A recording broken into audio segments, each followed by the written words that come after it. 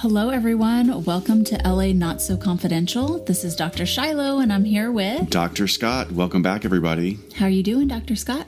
I'm doing pretty good. I've still got that tail end of that stupid head cold that my supervisor, Dee Dee, gave me. Dee Dee, I swear to God. Jeez. Just call her out, why don't you? I just can't get over it. Like, Dee Dee. I love Dee Dee. I love her, too. But, like, next time she walks in with a head cold, we're all going to throw our little stress balls at her and force her out of the office, I think.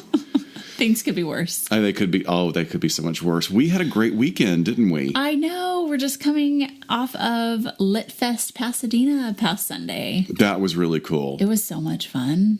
I felt when we first got there, we were waiting for you to show up. Dan and I were sitting in the courtyard of the Pasadena Playhouse, and one of the poetry seminars was going on. And on one hand, the stuff that I was hearing, there's just meta-narrative going on. You're hearing these poets perform their materials, and they're really good stuff, but it was a bit hipsterish. Like, there was the whole vintage typewriter set up across the street, and the whole thing was hipsterish. Yeah, and yeah. I was wondering if I should be like, instead of clapping, we should all snap our fingers like that episode of Happy Days. I cannot stand poetry. I had to... Really? Yeah, I went to... I just don't like it performed. I like to read it.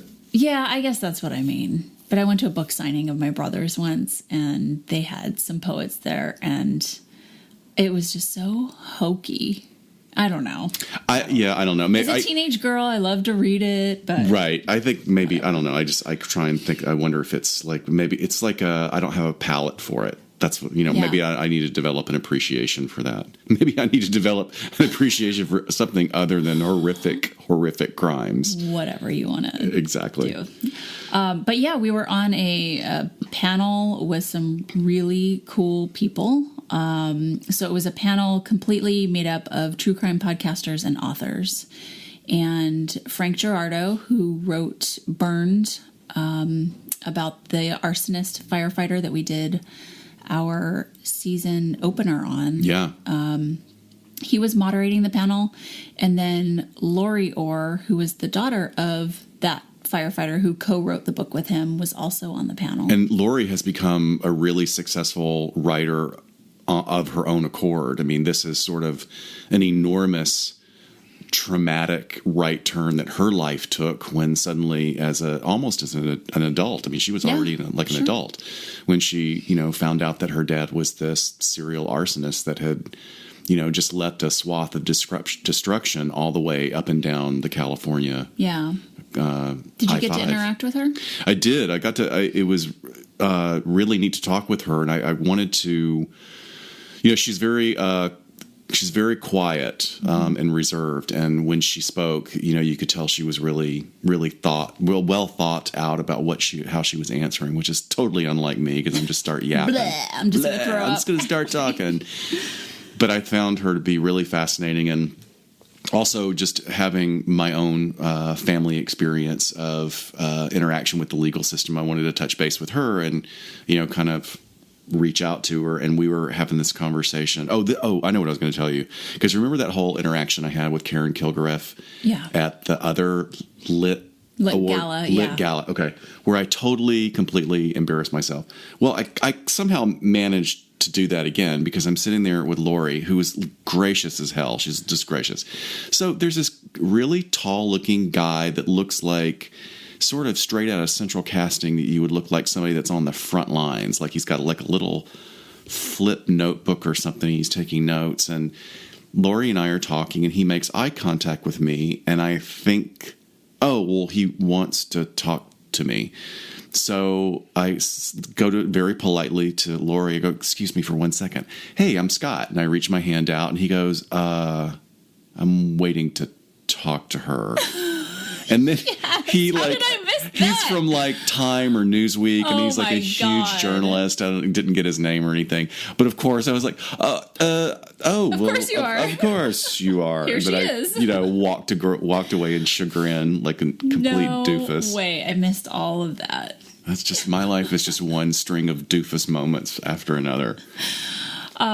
Steve Hodel was on the panel. That was kind of amazing. Wasn't to be that sitting. A little surreal? Yeah, it really was. To be sitting next to this guy that's a part of LA noir true crime history, and some of the things that he shared with us that will I don't. He gave us a couple of tidbits that we'll probably share for an episode where we have him on. Yeah, I would love to. Because what I didn't realize, which was very helpful in listening to the podcast, Root of Evil. For those of you who haven't listened to Root of Evil is a wonderful podcast about the Hodel family, and it's also the theory, the current theory that the killer is George Hodel, who is Steve Hodel's dad. Right. Which we talked about in our Frank Lloyd Wright episode. Right. So we've touched on that before, but Root of Evil is a really amazing podcast to listen to, especially if you're ever interested in family dynamics, about family dynamics and resiliency, actually, because the fact that they survived that background is a miracle in itself. Yeah. But that was neat talking to him and to realize, like, he was saying that, oh, well, that was purely narrative. This is what really happened. Right. So, of course, the I Am the Night was beautifully produced and directed and put together well, but it's not fact. It's fiction. Sure. It was just kind of cool to sit there and talk to him and hear his voice after hearing him on Root of Evil. Yeah. And reading his books. And I thought that was fun. And then Carrie Martin of White Wine True Crime and adorable. The Pretty Scary podcast was there, and we had a lot of fun with her as well, and might have something coming up as a collab with her. So. Yeah, I didn't know. You just texted me the other day. She has another podcast other than the crime one. What it's is called it? Pretty Scary. And is it paranormal stuff? Or? It's all sorts of things. The one I just listened to was about truthers, and it's pretty funny. Wow. So, yeah. Truthers. Yeah. Those people, they're the only ones that know. That scrappy band of truthers out there that, know everything about medication and school shootings and presidential birth certificates. That's right. Yep. So. They know.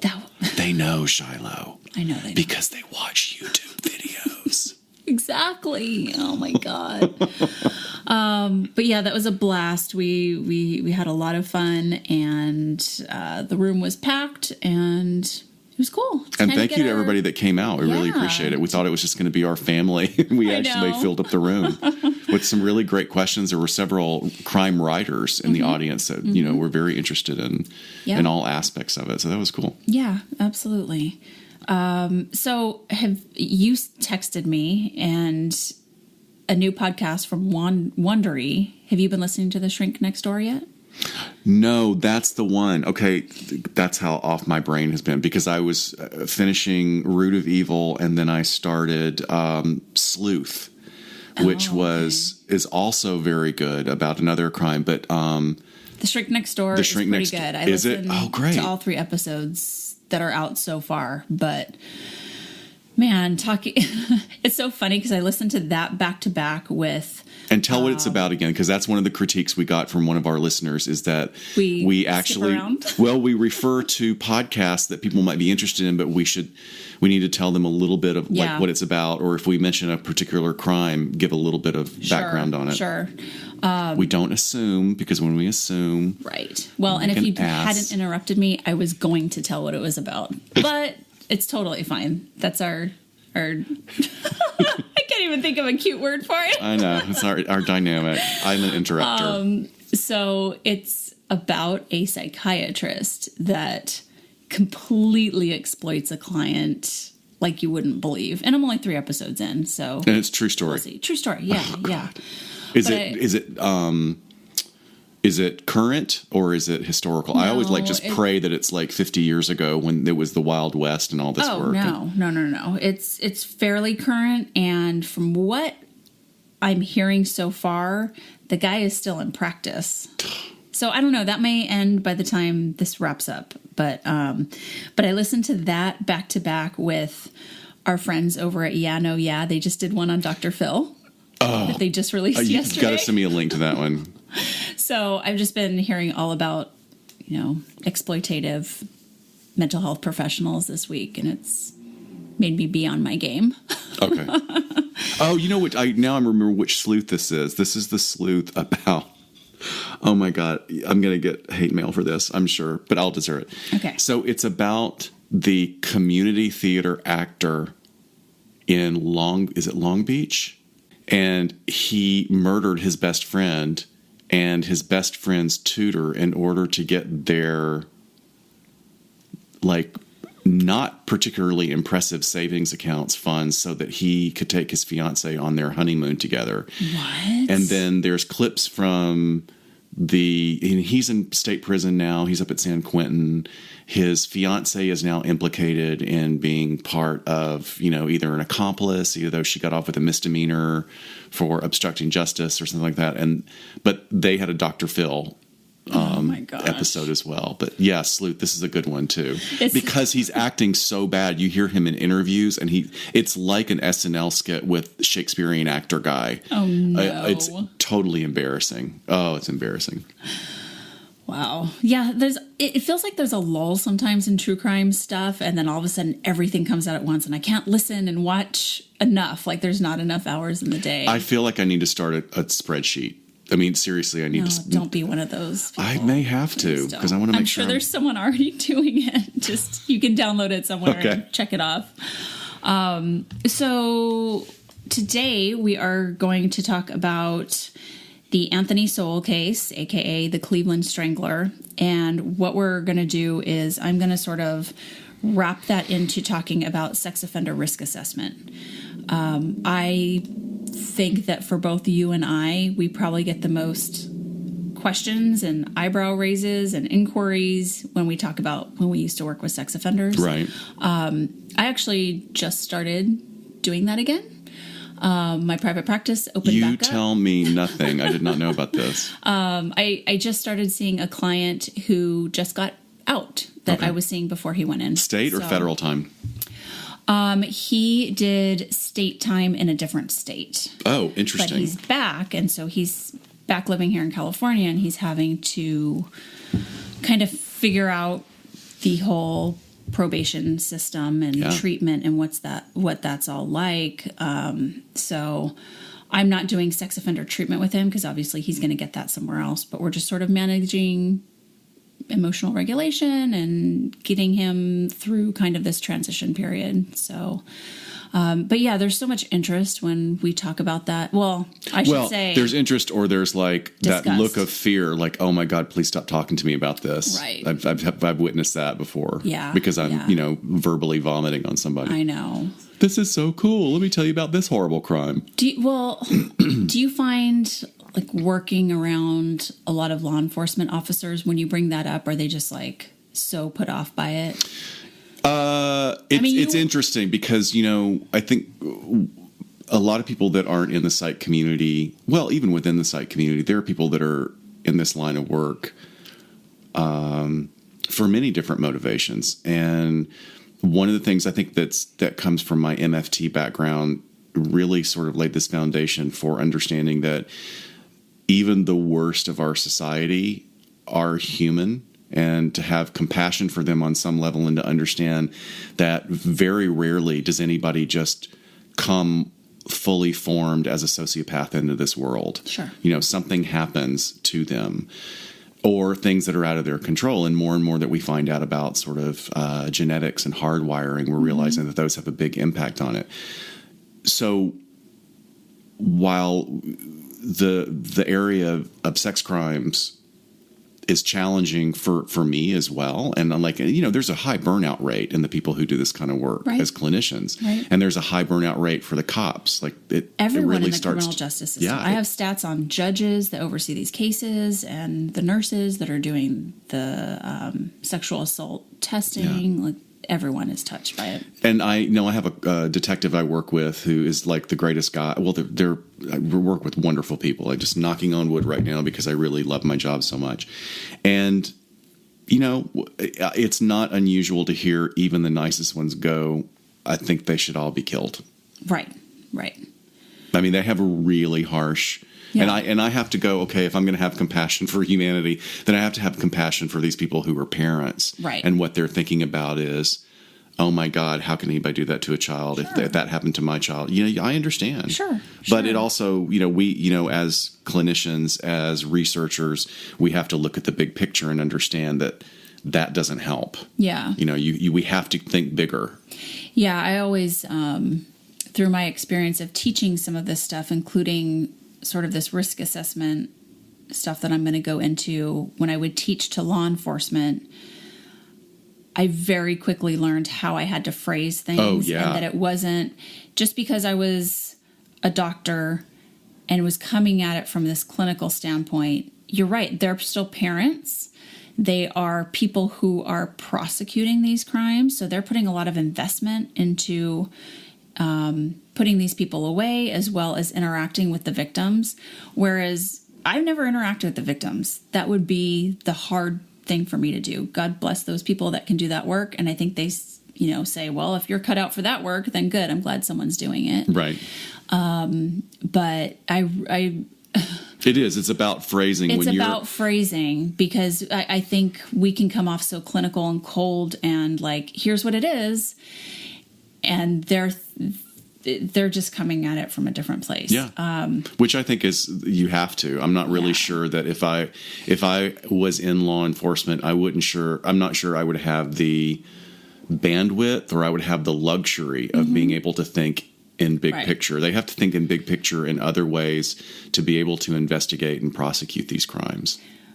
When I took my polygraph with the FBI, when I was processing with them, the polygraph examiner is like trying to make you comfortable and like sort of building rapport with you, right? Because they want you to be forthcoming and like them. And it's sort of like doing an interview or an interrogation. And so we're chatting and he's like, so tell me about like, what do you do? And that's when we were in internship. And so I said, I do sex offender treatment, like very just blanket statement. Right. And his whole demeanor changed and he looked at me deadpan and he goes, I work crimes against children. And I just thought, oh shit, this is not going to go very well. And I thought, oh my God, my polygraph's going to be tainted because this guy hates me because he thinks I'm like this sex offender like advocate. We're hug-a-thugs. Yeah. Right. And I wanted to go, no, wait. We're all on the same side. I'm trying to keep people from reoffending. Absolutely. We're all on the same side. And if no one's doing treatment, then what? They're just coming out of prison and running amok? That's not a good answer. Right. But anyway. Well, that reminds me of when I was going for the interview process to be a law enforcement psych for not the agency you work for another agency. The background check was designed for somebody that was 22 years old and going to be a law enforcement officer. Right, because that's the majority of what exactly. They're doing. I'm not. I was pushing half a century of age. Right. I had to go on the paperwork and the process was ridiculous, and they ask you incredibly personal questions that I answered 100% honest and accurate. Good. And the woman who was looking through my paperwork was just like, she went pale. I mean, it wasn't anything there was nothing that was illegal. It was just like, yeah, I'm putting this all out for you. Right. And she even said, I think this may disqualify you. I'm like, you know what? If it disqualifies me, it does. But I'm not going to lie to you. I've been around for a long time. Right. Okay. And then I think she went in and showed it to a sergeant, and the sergeant was like, of course, he's not a law enforcement. Don't hold him to the same thing. Sure. But that's a rough process too. Oh, it was brutal. And backgrounds. It was brutal. Wow. Yeah, I worked background investigations for a little while. That was fun, I thought. Okay, so what did you watch to prep for this? Well, this was one of those that like we were talking about with Amanda Knox, where it's in this crime is in the back of your head because it's so brutal, and the trial was long and complicated, and the investigation took a lot of work. So it had gruesome. It was totally gruesome, gruesome. Yeah. But also coming along at a time in U.S. history, right during the economic downturn. So there's a lot of distraction going on, and but once I got into it, I was like, oh, I remember this, and I remember this, and the thing that immediately grabbed me about Anthony Sowell is the parallels between him and Jeffrey Dahmer. Okay. I mean, some real parallels. And I don't mean necessarily characterological parallels. Sowell does not have the cannibalism. Right. He doesn't have like the really It's not the same. primitive drives. I mean, they're coming from a violent place. Well, both of them were violent. But the idea that from a socio-political perspective, the idea that it was in depressed economic areas, it was marginalized communities, people of color or gay men that were disappearing, and also completely understaffed and ill-equipped police force to deal with this. So there's a lot of things. I mean, we're talking about over 10 years ago in Cleveland, Ohio. Cleveland, in this area, beautifully called Mount Pleasant. I know. Which it's nothing but pleasant. Right. But back in the 50s, it was this amazing place where African Americans were moving back to that area because there was industry and there were blue and white collar jobs for people of color. And there was this massive influx of people that were really solidly middle class. Well, then almost overnight in the 60s, all of those industries went away, and all these people then lost their incomes. Crack cocaine just ravaged the entire community, and suddenly there are abandoned houses, and crime goes up, and really the entire the whole environment in that area changed, and it was really, really rough. And Anthony Sowell is a product of that environment, right? And probably had some wiring to begin with. He is an African-American guy who was born August 19th, 1959 in East Cleveland. And he was known as being an incredibly polite child and put together and quiet and shy and respectful. And as I've had to do a bunch of other research, because there's bits of research in the Vice documentary and in the Amazon Prime documentary, these things start to come out that, like, I wish somebody would put all this together. In fact, I think the book, is there the book House of Horrors? Yes. That one, I'm really sad that I didn't get to read the book, because I think that author actually put everything in one place. Because the Vice documentary and then Unseen is the name of the documentary that is now on Amazon Prime. I felt like there are a couple contradictions. Yes. But really, like, when I go back on this, and I did this, a timeline is really important to look at. Yes. And some of that is skewed a little bit. But you're right. Watching both was very informative. It wasn't like watching the same thing twice. Right. I mean, there are some things, there's not a ton of background information. So, excuse me, we got a complaint about all of our mouth noises from one of our listeners, so I apologize, because I just had a soda, so if I'm burping, I apologize. Anyway, so one of the things that I found interesting was, going back to that comparison with Jeffrey Dahmer, is there has been so much research done on him where they interview people he went to school with, and there's pictures from his high school annual, and there's all this what we call collateral information, and there's very little on Sowell. There's very little of that. What we do know is that he lived with his mother and grandmother in a very large house, very large, beautiful house in Mount Pleasant, which is in East Cleveland. And at one point, his aunt, his mother's sister, passed away, and her, I believe, 6 children came to live with them in the house. And there were already 9 children. Yeah. Like, there were a lot of people in this house. And although we don't hear a lot about the various dynamics in that environment, what we do hear about, they say over and over again, is that immediately there was a shift in dynamic of how Anthony and his family, his siblings, were treated versus how their cousins were treated. And almost immediately, the female cousins were treated with a high level of abuse by his biological mother, to the point where they were made to strip. Mm-hmm. They were tied with their hands, I think, to the stair posts, and then beaten with electrical cords. Right. pin in that very important electrical cord to remember for later on. And at one point in later testimony by the cousins, there was a female cousin who comes forward and admitted that at one point when she started exhibiting secondary sexual characteristics, basically when she hit adolescence and starting having breasts and having pubic hair, he immediately after a beating took her upstairs and raped her. And then his sexual assault of her was on a daily basis and then included other male relatives.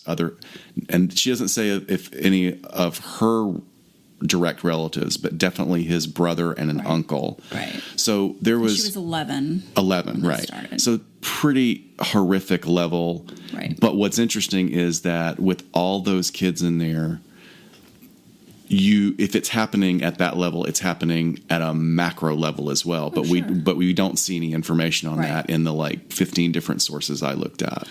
Yeah, I think the only thing additional was what his half sister said was that how he was just a mean child. Right. She describes him as a very mean, always aggressive, which is interesting because it means he can control himself. Right. Because in public, he was super polite, even as a young teen, right? Yeah, I think what she said is that when he was upset, he would treat her like a stranger. Like she said he would just come at me like I was a stranger, and he was just super aggressive. She makes that distinction. If you're mad at a sibling, you're always holding back. You'll fight, but you're holding back. But he looked at her as if there was no holding back. Yeah, no limits whatsoever. Yeah, which would make sense given that the dynamic set up by his biological mom is that this level of violence is acceptable in the house. So, do you think I should cut in here and give the self-report of how he described his childhood? Because I have that from a psych report. Oh, yeah. I didn't know. Should we just go back and forth and do it like that? Yeah. I think that would be interesting. Okay, so I just want to kind of set this up for a second. So I have wanted to do this case for a while because I used to use this in training with new interns to talk about the importance of risk assessment and how you have to do it very comprehensively. And I would use this psych report that I got my hands on to illustrate that. And I'll say more about that as we get into the risk assessment part. But essentially, when you're doing any sort of psych evaluation, you're going to interview the subject and get all of their background history from them. It's just self-report, right? They're just telling you what they want to tell you or their perspective. They can be lying to you. They can be omitting stuff. But basically, we take it and we stick it in a part of a report saying that this is their self-report. And it gives just a decent background history. And then, like you said, if there's collateral data that we can get from outside sources, that would also go in there. So this is... to skip forward a little bit, this is the report after he initially went to prison the first time. This is in 2005. He gets out, and this therapist is tasked with essentially doing a sexual predator evaluation for whatever that means in Cleveland, because it's different in absolutely every state. But and how long ago now? That's also 2005. So 2005, yeah, right. Long time. Yeah. So whatever it meant at that time. In the state of Ohio, essentially it comes down to being a risk assessment. What is his risk for reoffense? Now, also, one thing that, to harken back to what I was saying before of having to jump all over the place to get information, he was in the military. One whole article didn't even mention he had been in the military for 8 years. Yeah, he left at 18. He left at 18, joined the Marines. Was married to another Marine, had a child with her that, I guess I think probably it's that they don't want to be part of any of this. Of course. And then they divorced as soon as he got out, and he married another woman or became intimate with her. He was in stable relationships for a while, but that all just started. It seems like the crack sort of, the drug use really kind of turned on whatever nascent issues he had. So he reports that he grew up in a single-parent family in an urban area. He reported that his home was crowded and his family was working class. He said his parents separated when he was an infant, and he talked about both of his parents in very positive terms. He said he remained in regular contact with his dad throughout his life until his father passed away. He said mom is currently, 2005, in good health. She's 86, and she resides with a sister that I have. He said that he had many friends while growing up, was teased, bullied a little bit by other children, denied all forms of abuse, denied neglect, denied that he ever attempted to run away from home. He said he got along well with his parents, and just in general, I had a good childhood. And then I left at 18 and went and joined the Marines. So okay, so as an assessor, is that pretty common for people to have, when they're being interviewed in this sense? Because I remember when I briefly worked for you contracting, right, everybody just wanted to paint it as this rosy. Well, think about it. They're sitting down with this assessor for the first time meeting you. Who wants to put all their shit out there in an evaluation? Yeah. No, you're absolutely right. Especially when it's something of this nature, right? So this is very common to get in an initial evaluation. I almost felt like initial evaluations were just worth not much. Once you start working with them in therapy and you start talking to them and you start getting the real stuff out, that's when it happens. But this is super common. Especially with, someone that's a repeat offender or has been to prison a lot, they're not going to give you shit. Like, come on. They're just like, let me get out of here and get to whatever I got to do next. So yeah, I'll make it short and sweet. The ones that don't talk, those reports are really short. Yeah, because you can't get anything. On some days, you're like, thank God, because I didn't want to write a long report. I'll get it all out later. But it doesn't give you a lot to work with at the beginning. So there is information in here. He did talk about being in a relationship in the Marine Corps, having a 27-year-old daughter. Let's see. He said that he was separated and divorced because he and his wife, who were in the Marines, were often sent to different military posts and they couldn't spend time together. And at the time of this report, he was not in a dating relationship. I think later, it might be somewhere in this report later on, but I think there was some domestic violence reported. Yes, there was. There was a charge. Yeah. So anyway, I just wanted to give kind of. And of course, he wants to avoid talking about that. I'm sure. Sure. So, do you have any more of him sort of leading up to his first offense, or the first offense that he gets caught for? It's pretty sketchy from what I was looking at, that he had discharged after, it seems like a pretty successful military career, and then was in one of these manufacturing jobs, or he was, had sort of a blue collar job that he got laid off. I was trying to, did he get fired versus laid off? I would think he probably was laid off because he received unemployment benefits for a while. And then he was supporting himself doing sales of scrap metal and kind of like, I guess, just hustling.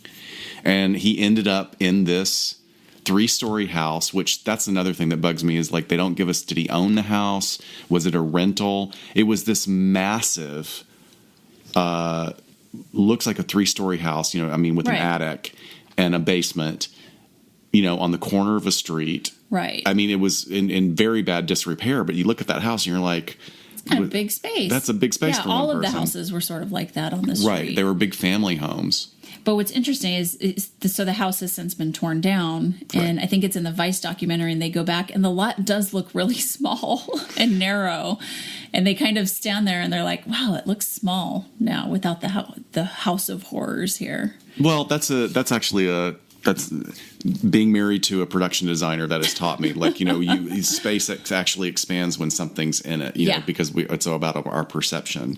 Right. But yeah, it just seems like, even the store owner, it seems like, I think he was maybe Middle Eastern or Russian. That, I got the impression, because this guy's into both the documentaries I saw, that his family had been working in this corner sort of not Five and Dime, It's but a like liquor grocery store, store liquor store. right Yeah. across the street from Sowell's house. Right.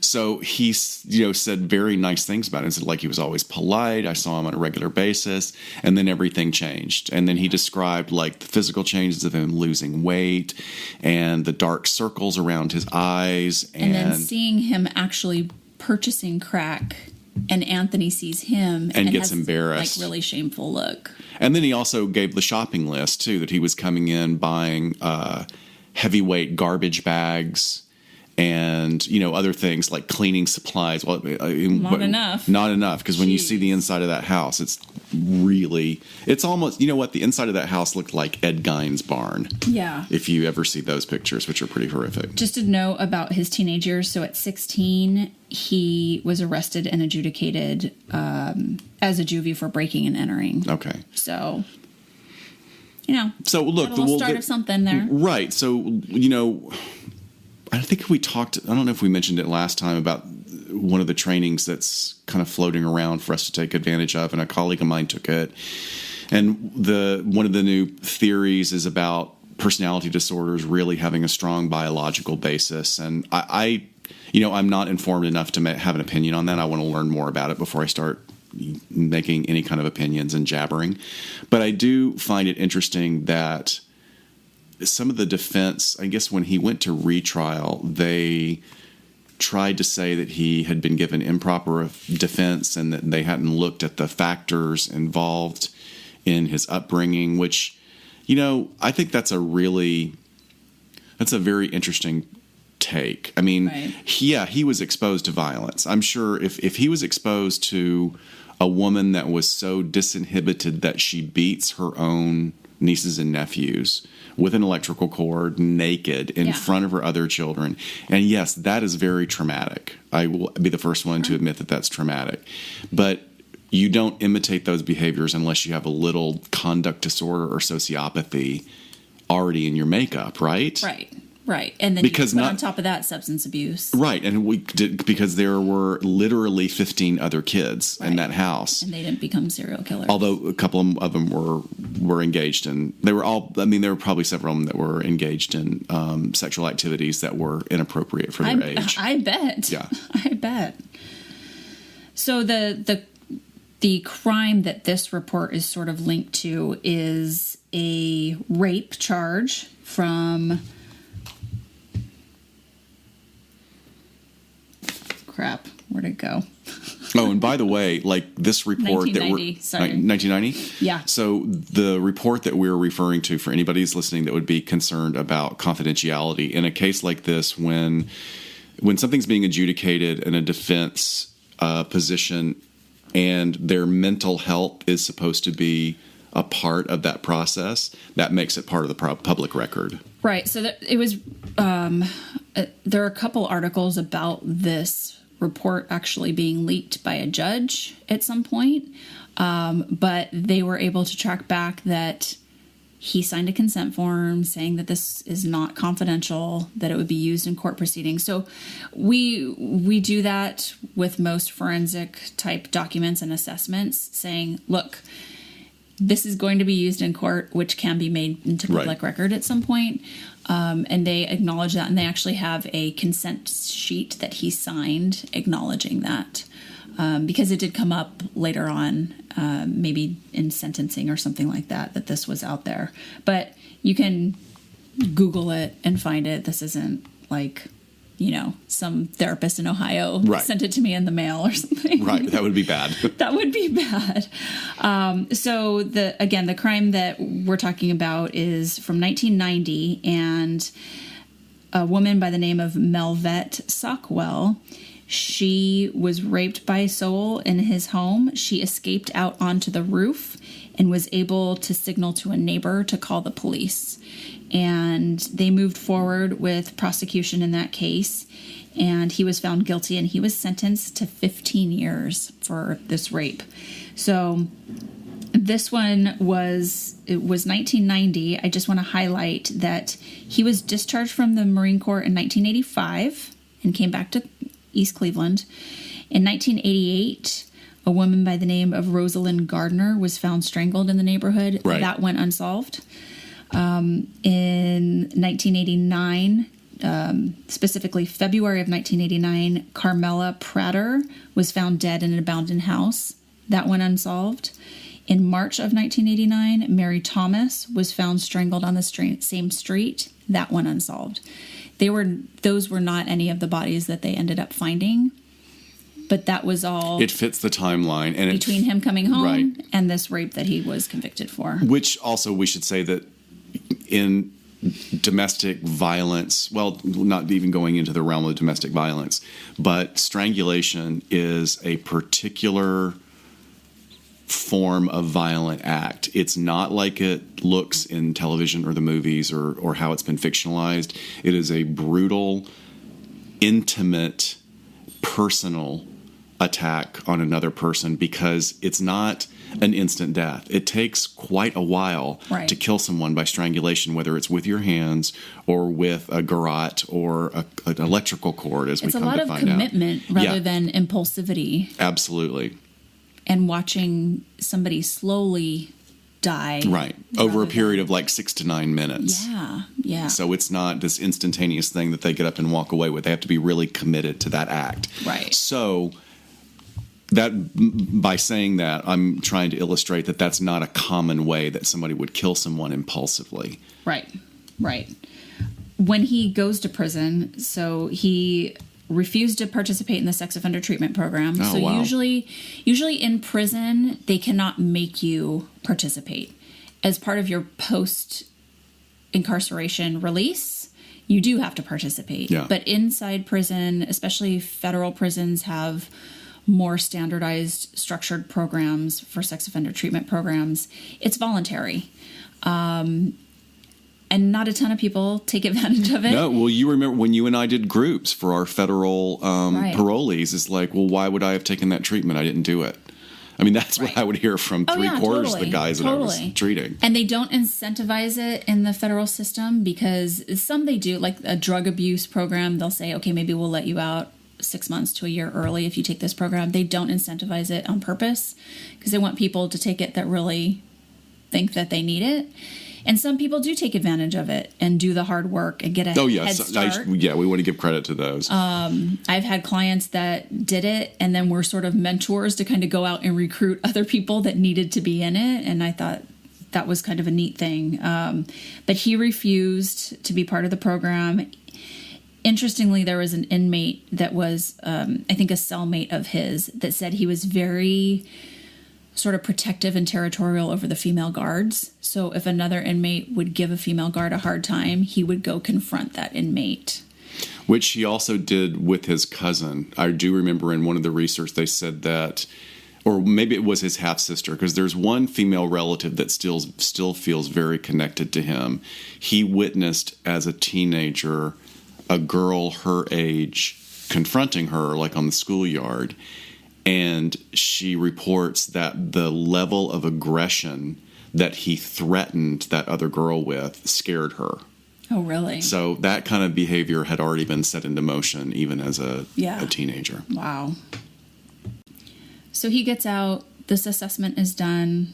So this is where I want to talk a little bit about the assessment that was done and what a better way, more comprehensive way of doing an assessment is that we know now.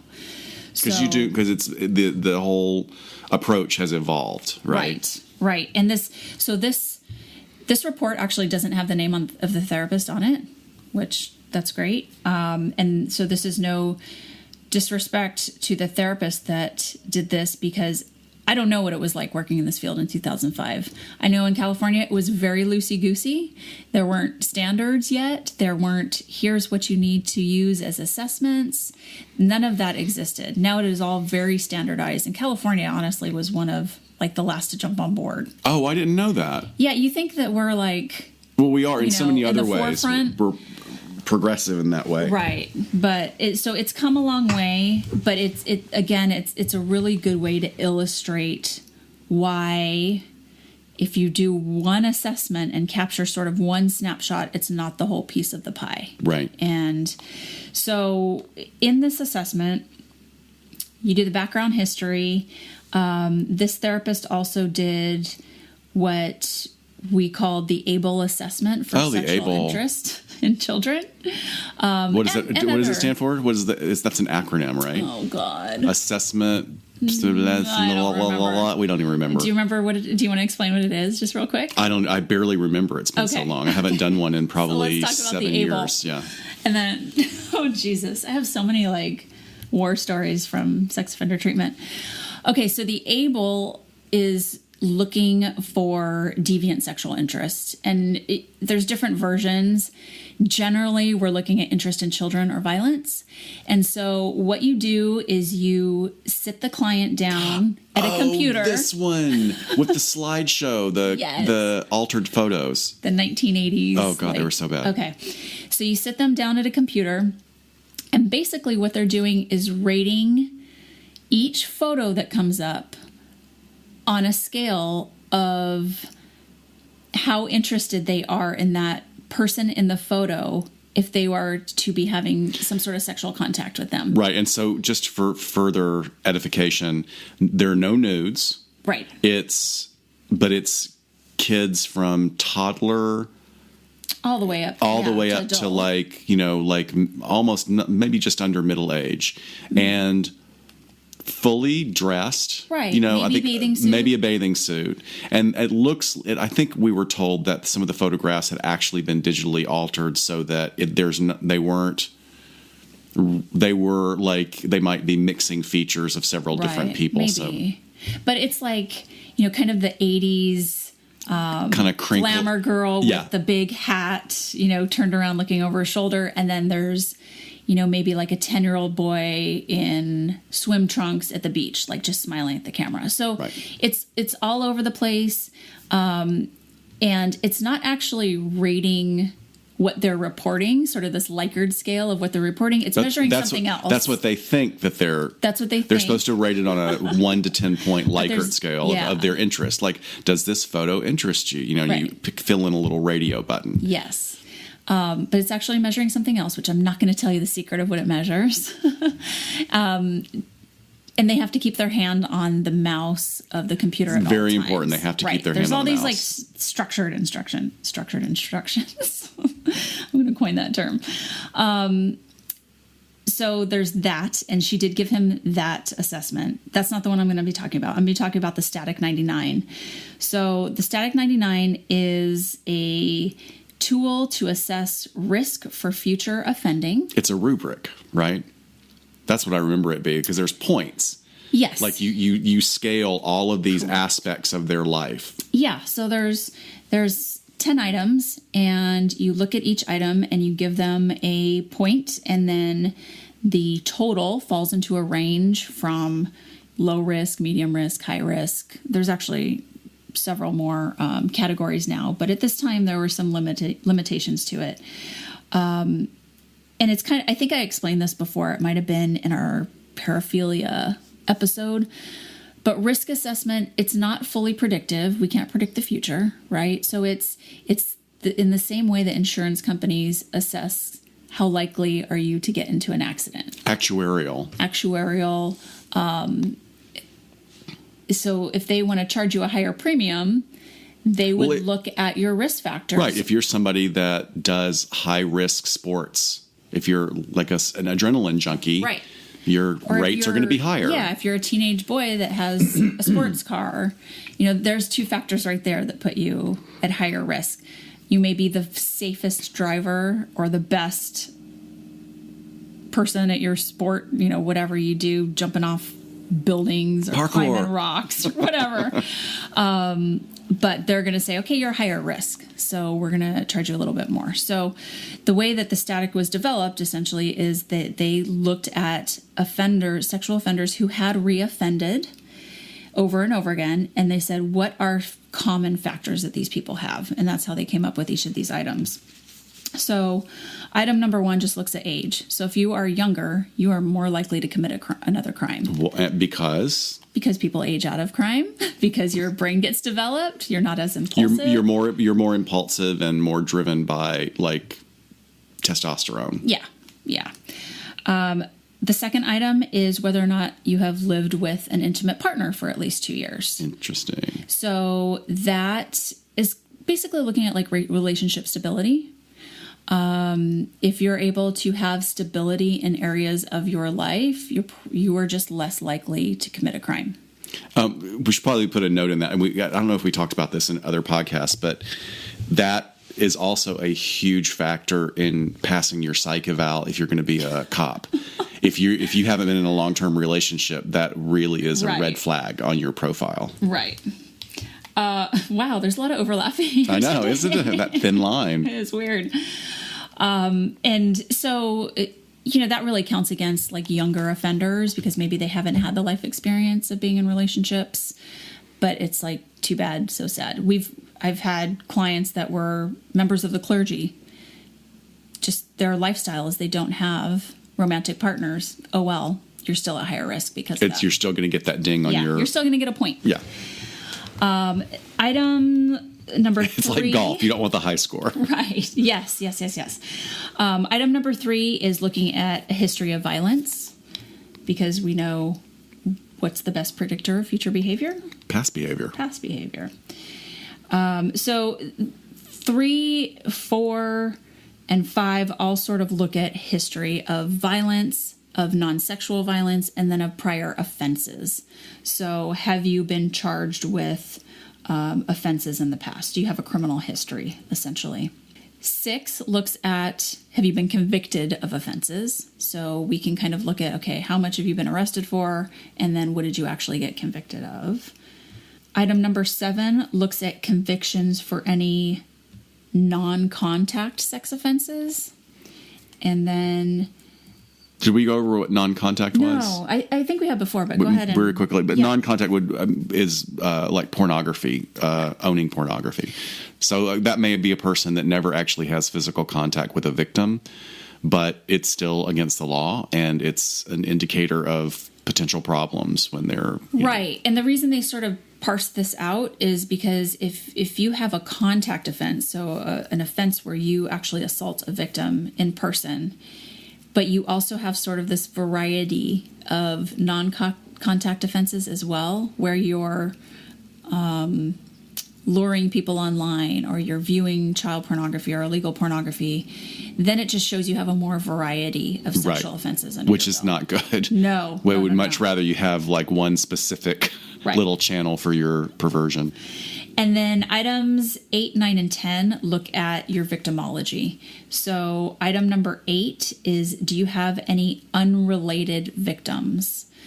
Meaning the victims are not related to you, because you are actually at higher risk if your victim is not related to you, because you are now going outside of those sort of easy, familiar targets, and possibly offending against someone that is harder to get to. And is that, so that was going to be my leap then. So you think that's probably because they're saying that it takes more planning, more grooming. It's less situational and opportunistic. Okay. Yeah. So there has to go the planning, and it's not so much about impulsivity. It's about them being able to, that makes sense. Because if you think about it, most offenses and most sex offenses are perpetrated by people that you're related to or people that you know really well. Which is completely fucked up. Right. But that's the most common. So if we're going to give a higher point to someone who's willing to go outside that comfort zone. Right. Yeah. Right.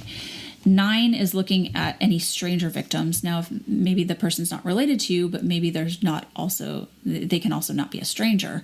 But if it's a complete stranger, that's when you're talking about very dangerous, predatory behavior. That's like the van trundling down the street and snatches the girl off the bike and takes off. Which is more rare. Right. Hence why it deserves an extra point. Right. And then the last item looks at the whether or not the victim is male. If the victim is male, you are at higher risk because people tend to victimize females more. And those that offend against males commit the offense over and over again at higher rates. And don't get caught. It's just what the statistics show. Because I think we tend not to look at those. We make assumptions. I mean, even though the higher rate is male offenders against female victims, there's more of a concentration on that where, that's a messed up dynamic. Yes. So Anthony Sowell gets a score of 1 on this. And so he got 1 point for the item of his victim being unrelated to him. So she wasn't a stranger, she wasn't a male. Right. And all the other stuff for, more minutia that I'm going to get into, he didn't get any points for. So he gets 1 point, which means he falls into the category of being a low-risk offender. So back in 2005, that's all that was done as far as risk assessment. So we have this man that committed a rape, served 15 years, and he was deemed low risk. And then all this shit happened afterwards. Yeah, right? that silence is us just looking at each other because I think we both get as much as we laugh about this stuff, I wouldn't want to be in that evaluator's shoes. Well, and I've been in the evaluator's shoes. Yeah, I know. And I've done risk assessments for people that, with what I have to work with, even something more comprehensive than this, putting in together other factors. What I have is they come out as low risk, and I've had people that come out as low risk and go out and they defend. Do horrific things. I've also had people come out as high risk, and as far as we know, they don't commit another crime. So it's not a perfect science by any means. It's not prediction. It's a risk assessment. Right. You are doing your best to say this is what category they fall into. So the people higher risk should get the more intense monitoring by probation and parole and more intense treatment. The low risk people are going to get less intense versions of those things. So the reason I use this as a teaching point is because now we also, especially at least here in California, and is pretty much this way across the nation, is that you have to have your static assessment and you also have to have a dynamic assessment. So static, this one I just went through, it's based on historical factors and that stuff does not change. Like he cannot get a better score than that. It's based on the history. So it is what it is. If you bring in dynamic factors, things that could get better or worse over time, i.e. if they're going through treatment and doing well, or if they relapse on substances and start doing poorly again, you can sort of ebb and flow their score based on their current risk factors going on in the moment. Got it. So what we do now is, and I'm not going to go through all of them, but we do the static assessment and we do a dynamic assessment. And then we redo the dynamic risk assessment like every 6 months to see where are they at. And honestly, I was doing it in my head every single week. What's going on with this guy? Because you're so used to using that tool. And then polygraph was a regular part of it as well. Right. So polygraph was part of their probation or parole conditions. And what we did, we in California, we call it the containment model. So if you think of the offender in the middle of a triangle, and one point of that triangle is treatment, one point is supervision, probation or parole, and the other point is polygraph, and all of those tools being used to contain that person and keep an eye on what they're doing. Because as treatment, we only see them a couple hours a week, right? Right. But they're telling us maybe some really intimate things, whereas probation and parole, they can be lying to them, but they're going into their households and talking to their family. Right. So if we're all talking to each other, and then the polygraph, we're sort of testing them and seeing you're how getting they're a more abiding. Three-dimensional picture of the person. Yeah, exactly. So he gets scored as a low, unfortunately, and then obviously he's a very, very dangerous person, because after he gets out, that's when the shit starts to hit the fan. Well, it also occurs to me that so he gets out and he's stable for a short amount of time, as is observed by the liquor store owner, and then he starts to decompensate. But he finds a method of victimology, of typing his victims, that is very successful for him. He is a drug user himself. There's a lot of drug use going on and sex work going on, or even, and I'm not making a blanket statement that all of his victims were sex workers, right, but he lured them back time and time again, come back and smoke with me, come back and smoke with me. Yeah. And then he would assault them, make them perform oral sex, vaginal sex, then flip them around for anal sex. And in that final act would wrap a electrical cord around their neck and garrote them. Right. And I really loved the Unseen documentary because you get to hear from these 2 surviving women, well, 3 total, but 2 in particular, that they are sober now. They are in an absolutely different place. And they're thriving. I mean, it's thriving. A relief. It's a relief to see that people can come out of that horrific of a period of life.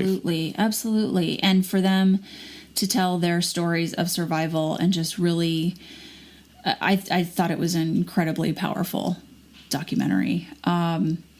So I'm just going to go through sort of timeline after he gets out of prison. If you could see my notes right now, it's basically an entire typed page of just all these women going missing and being affected by him in this neighborhood. So he gets out in 2005, and it seems like the decompensation didn't really start for a couple of years later. No, yeah. So, he was able to keep money coming in, and right. So May 2007, Crystal Dozier goes missing. June 2007, just a month later, Tashana Culver goes missing. And then there's kind of a lull until August 2008. About a year goes by, and LaShonda Long goes missing. October, Michelle Mason goes missing. November, Tanya Carmichael goes missing. And then in December, there's an unidentified victim who's unidentified at this point, reports an attempted rape by him. But that just kind of ends up going nowhere. Either she doesn't follow up with police, or, as we see from the documentaries, very problematic, where they deem her as an unreliable victim and sort of write her off and don't file the case.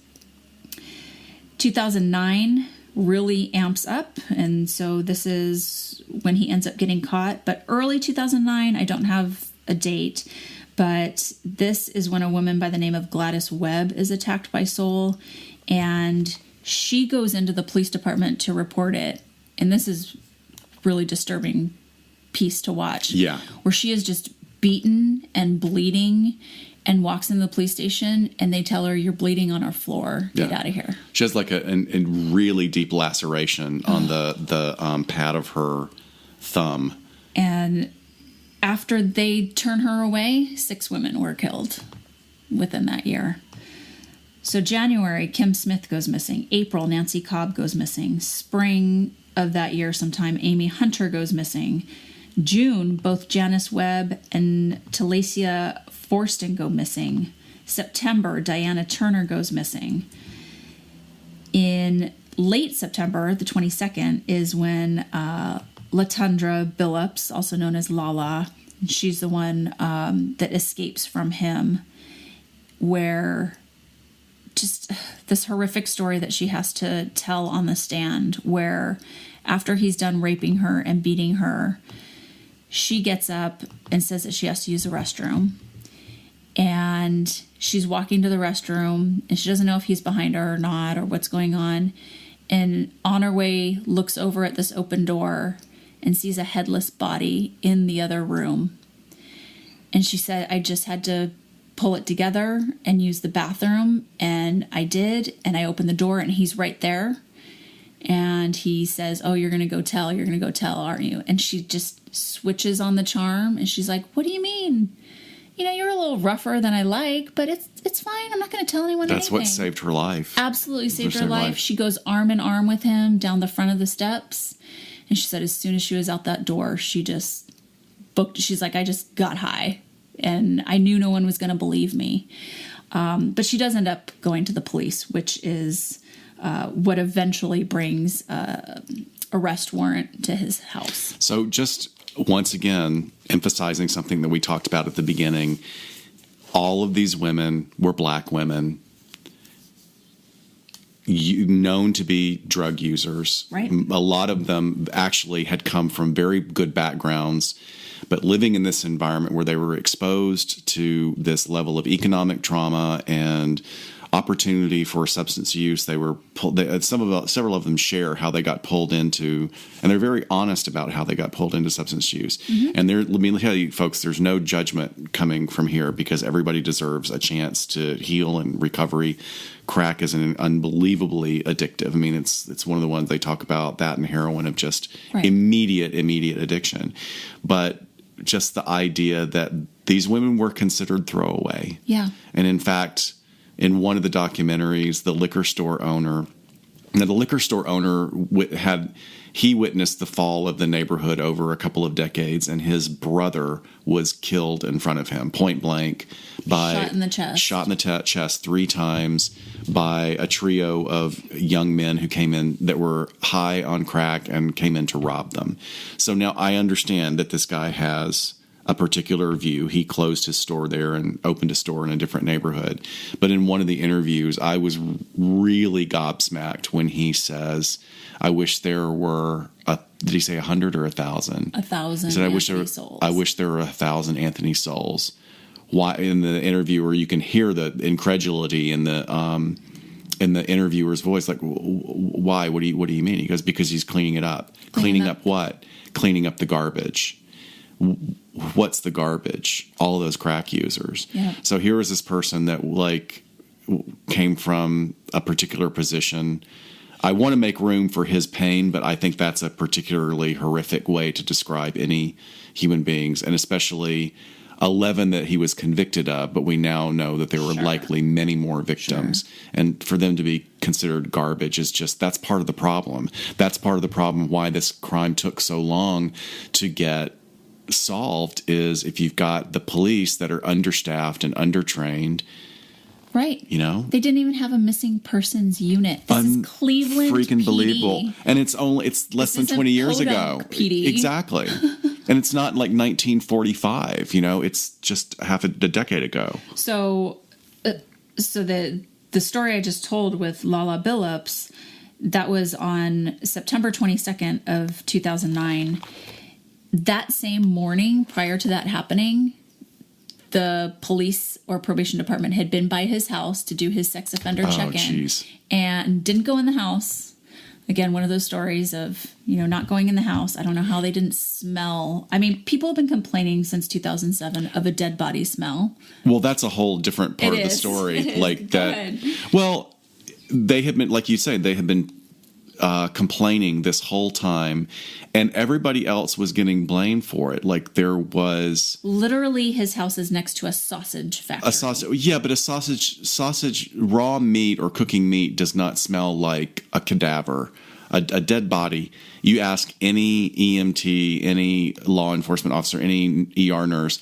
That is a distinctive smell. But but if there's a sausage factory right there, I'd go, what's going on there? Okay, so the sausage factory, but they go in, they get health inspections twice. They spend $200,000 on redoing their HVAC and waste system, and they still smell. And then, even it's so strong, it's across the street. That's another thing that the liquor store owner said, is that people would come in and accuse him, it's you Arabs, you smell bad, and then he did say that after the crime was solved, people came in and apologized to him, which I thought was very interesting. Oh my gosh. But I mean, come on, how does anybody get to the front door?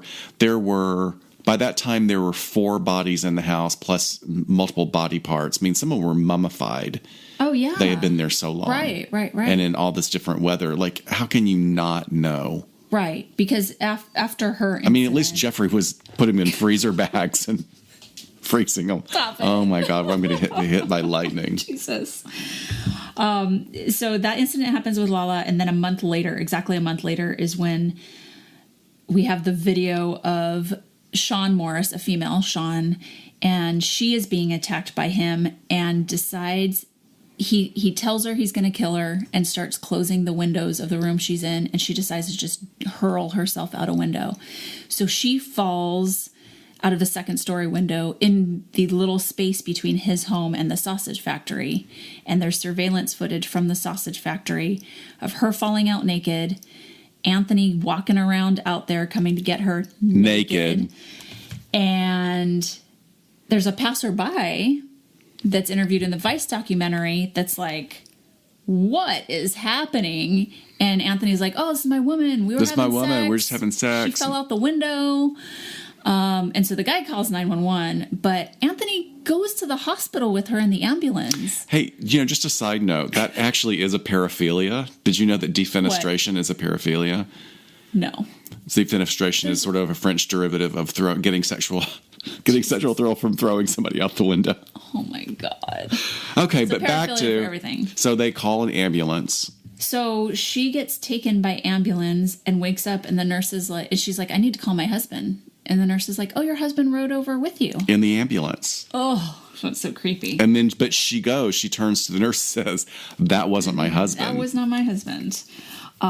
So by this time, the cops go to his house with a search warrant for Lala's incident, and then this incident happens. He's not there, but they do their search warrant, and they find essentially 11 bodies. 3 were buried in the backyard, but in the walls of the home, in all different crawl spaces, like under the stairs. There was one young woman that the rest of her body was missing, but her skull was found just sitting in a plastic bucket. Right. Well, and that was probably the headless one that Lala saw. But none of them could be identified because of their stages of decomp, and DNA eventually had to identify all of them. But, it's just crazy. I remember when I used to do this as a slideshow for my students, and it's just like, this happens, and then this woman falls out of his window, and then this woman runs to the police bleeding, and then, he goes for his check-in, his annual sex offender check-in at the police department, and then the cops show up at his house and do their check.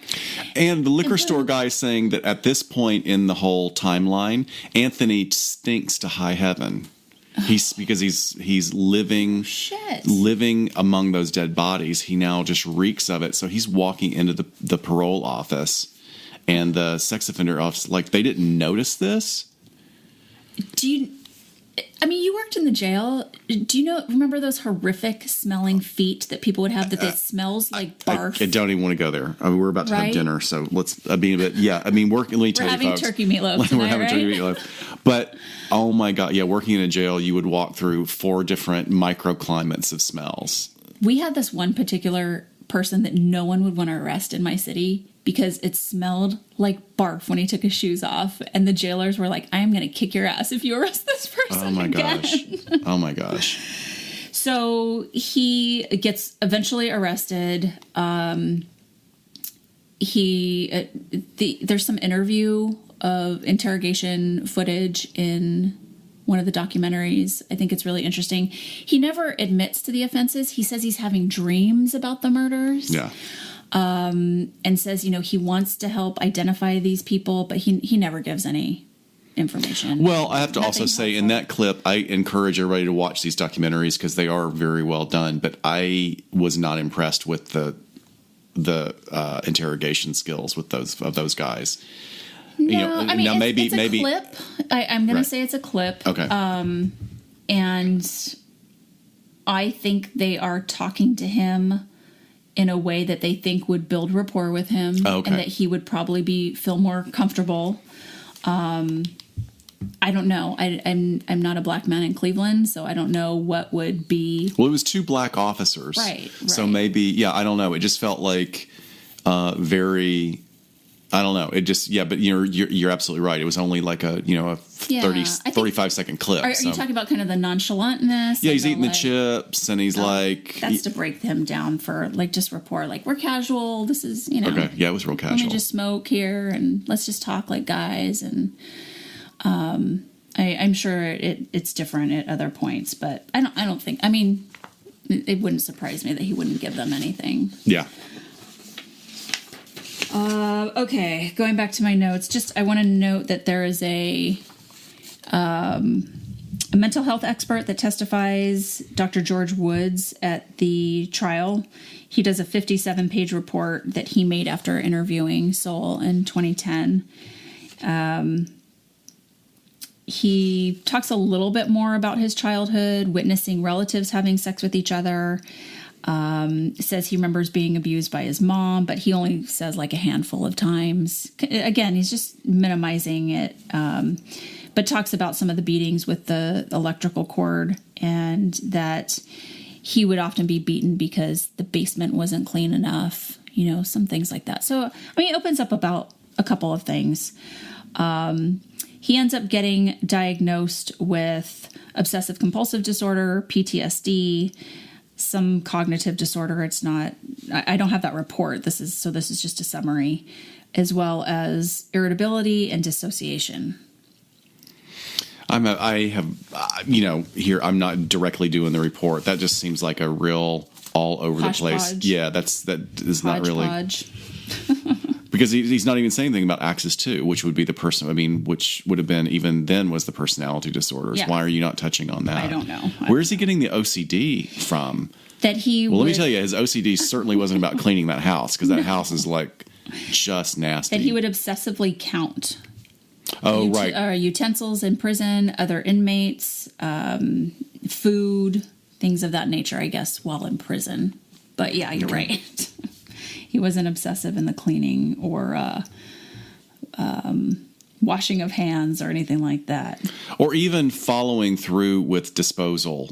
That's part of it. I know we're getting there eventually, but the idea of the haphazard nature of the bodies doing nothing to hide. At first there was the attempt to bury them outside. Right. And then it was just like, it's too much work, and it's just shoving. Even Ed Gein. Yeah, I think it was probably the drugs, because Ed Gein was so psychopathic that he was transforming the body parts and the bodies into other things. He was making the skulls into bowls and making, I think he made a belt out of nipples, which is horrible. Right. And I apologize for even saying that, folks. They know I'm sorry. That. Yeah.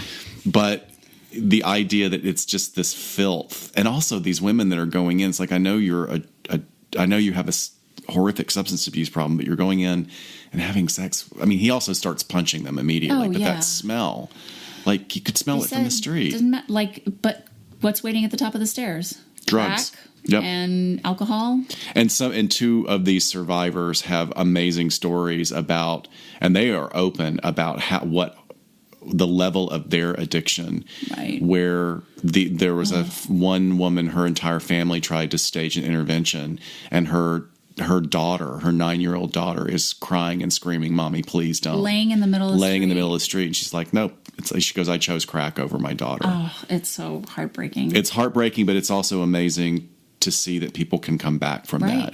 That is affirming. That's life affirming. Yeah, I don't think it's her. I think it's the other one that she got her master's in social work. Yeah, and she's doing good work now. So he was convicted and got the death penalty. Of 11.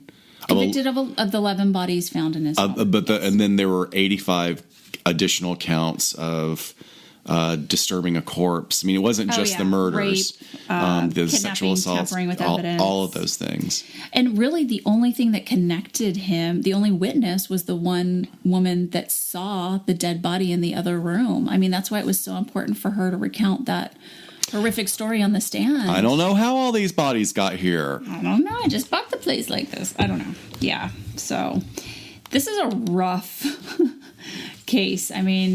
It's awful for so many reasons. But it's also perfect for the purpose you use it for when you're teaching, because it shows a very particular profile, a very particular diagnosis. Even though I think we could probably spend another 2 hours talking about what his actual diagnosis is.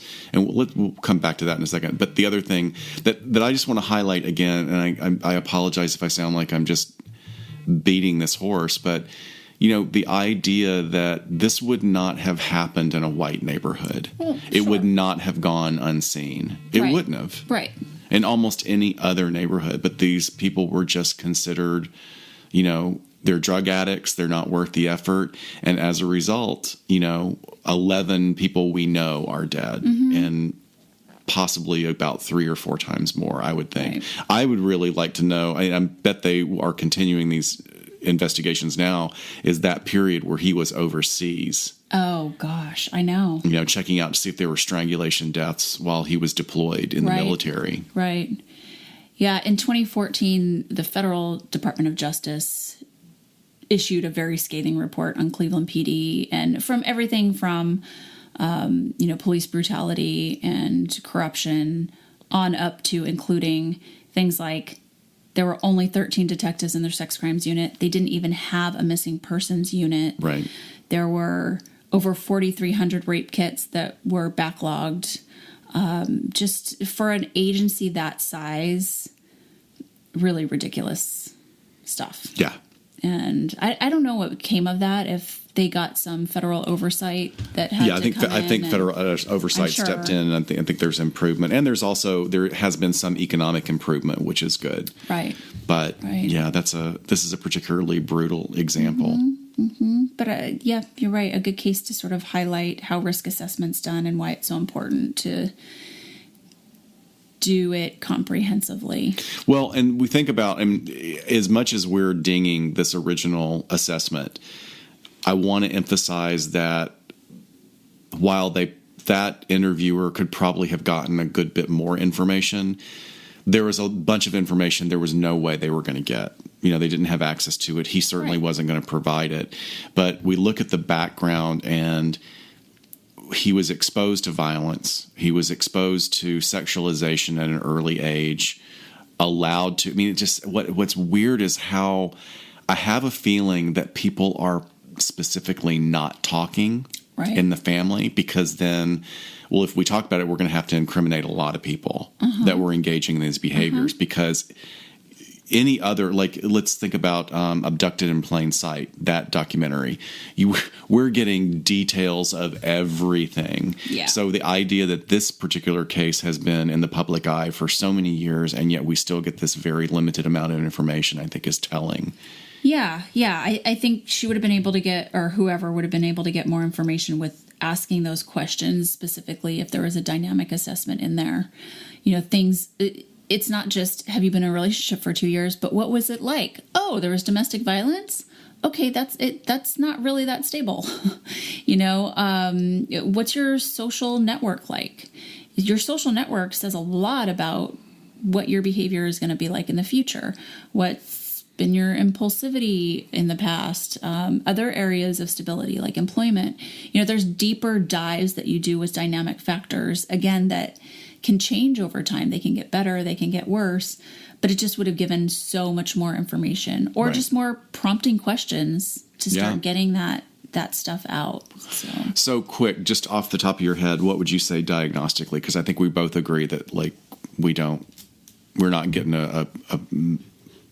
a major agreement on that particular diagnosis. Right. Well, antisocial personality disorder. Clearly. His severe alcoholism, and substance abuse. Polysubstance abuse, possibly. He went into the Marine Corps. He held jobs. I think his cognitive abilities are probably, there's no limitations there. Not intellectual, cognitive. No, I would agree. I think you could completely rule that out until it gets to the point where maybe he is affected by the amount of drugs he's using. He could have had some substance abuse psychosis going on, but including that dissociation. I think that dissociation was very interesting. Yeah, I would love to know more about that. That would be there, because there is sort of a. You have to, even beyond, we hear horrific stories about meth addicts who just completely ignore their infant children. Sure. Sure. But that's so rare and so specific. And for him to walk around, all joking aside about the grossness of those bodies, for him to be able to, they show pictures of his, he made meals. Mm-hmm. He was eating and he would clean himself up enough to at least, I guess he still smelled, but he would clean himself up to go out on the street. But the idea that you dissociate from this really horrific reality that you're walking in and out of every single day. Well, I wonder if that's what the doctor ended up sort of forming from, the dreams I have about these murders.